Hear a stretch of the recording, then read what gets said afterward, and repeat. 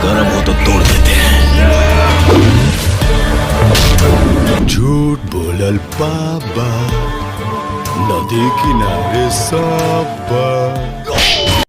खेसारी लाल यादव और power star Pawan Singh का video जबरदस्त बनने वाला है। आपसे हम यही कहेंगे कि वीडियो आप तो लास्ट तक देखिएगा, नए है लाइक और सब्सक्राइब कर दीजिएगा, ठीक है।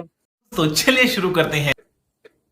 खेसारी लाल यादव का एक नया फिल्म आने वाला है और मूवी का नाम है गॉडफादर। और पावर स्टार पवन सिंह का भी मूवी आने वाला है, एक ही दिन आने वाला है दोनों फिल्म, खेसारी लाल यादव का और पवन सिंह का। और पवन सिंह का फिल्म का नाम है मोहरा। अब दोनों में देखना है ये है बढ़िया कौन है। अब पब्लिक पसंद करेगा मूवी कौन सा देखना है, या गॉडफादर देखना है खेसारी लाल यादव का, या पावर स्टार पवन सिंह का मोहरा मूवी देखना है। फिलहाल अभी गॉडफादर मूवी का सिर्फ ट्रेलर आ गया है, बस ट्रेलर ही आता है और कुछ नहीं आता है, ठीक है ना। आप लोग गॉडफादर का ट्रेलर देखे हैं तो थोड़ा कमेंट में बता देना कैसा लगा देखने में, ठीक है ना। और बात करते हैं मोहरा मूवी के बारे में।